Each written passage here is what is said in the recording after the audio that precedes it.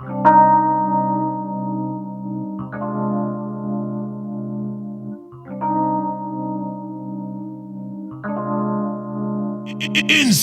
beats.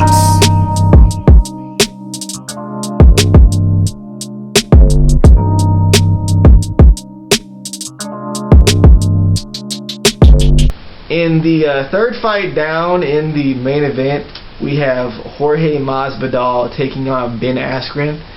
Very interesting fight as far as these two relationship with one another. In recent times, Jorge Masvidal just recently came off of a huge knockout win over Darren Till.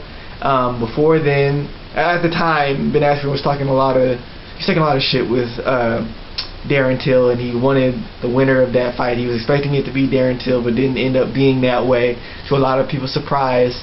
And then Ben Askren just started coming after Jorge Masvidal. Jorge Masvidal didn't take kindly to it, and they've been going back and forth. Masvidal recently said he basically wants to kill Ben Askren and end his bloodline.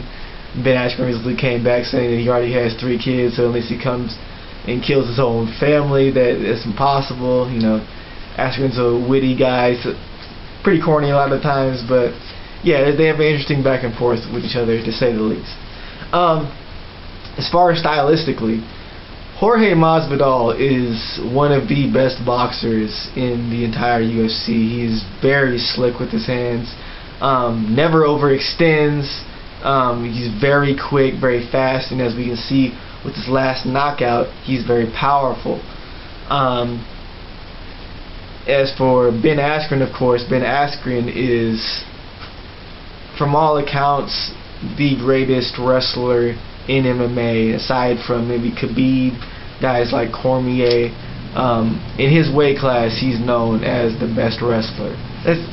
Marty Usman, I believe, is up there too, and that would be a very interesting matchup. But aside from that, Funky Ben Askren is known for just getting guys to the ground, keeping them there, peppering them with shots, and winning that way.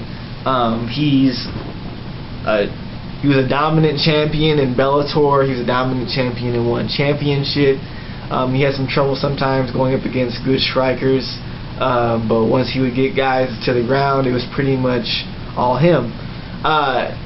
He recently made his debut in the UFC against Robbie Lawler.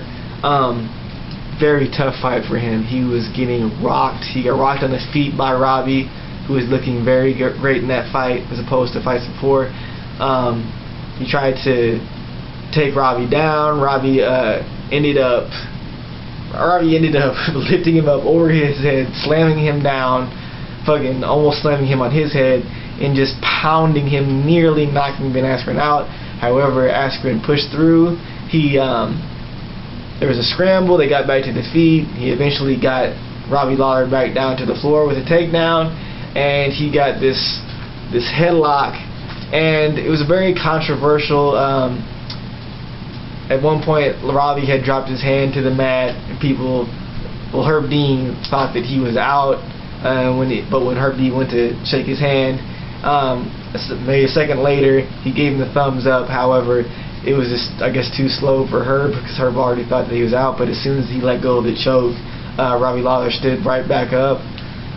Askren claims that he had loosened up when Herb came over, and that's why he may have woken up.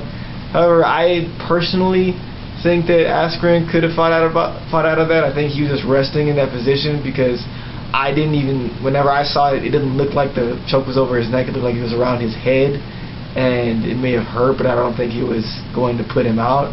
So that was one that a lot of people wanted a rematch for. But aside from that, it was kind of a mixed bag in that win that Ben Askren got in his last fight, and this is still going to be a big test for Askren, because like I said, he has been very successful outside of the UFC. But that first fight with Robbie Lawler, it looks kind of bad on his part for a second, and now he's going up against another great striker. Not the first good striker that he's gone up against, but it's only the second rate UFC level fighter that he's going up against. And from what I've heard from other fighters, Jorge Masvidal definitely knows his way around the grappling game. He's not just a striker. He trains with Colby Covington on a daily basis. He had a fight with Demian Maia, and even though he lost, he managed to keep Demian Maia from submitting him in it was either a 3 or 5 round fight. It might have been a 5 round fight. I'm not sure. I'm not certain. However, he got taken down and he managed to survive Demian Maia on the mat. So I think that if it does go to the ground, that Askren is probably not going to be able to submit him if Demian Maia, of all people, could not. I think the best route of action for Ben Askren is to take him down and just pepper him with shots and tire him out and keep him there like he usually does with other people. As for Jorge Masvidal, he wants to keep that distance, keep those hips back, keep on blasting Askren in the face with punches. Whenever Askren does shoot for a shot, just hit that sprawl hard, and make sure whenever he's backing off of the takedown that he makes him pay for it. That's the main thing.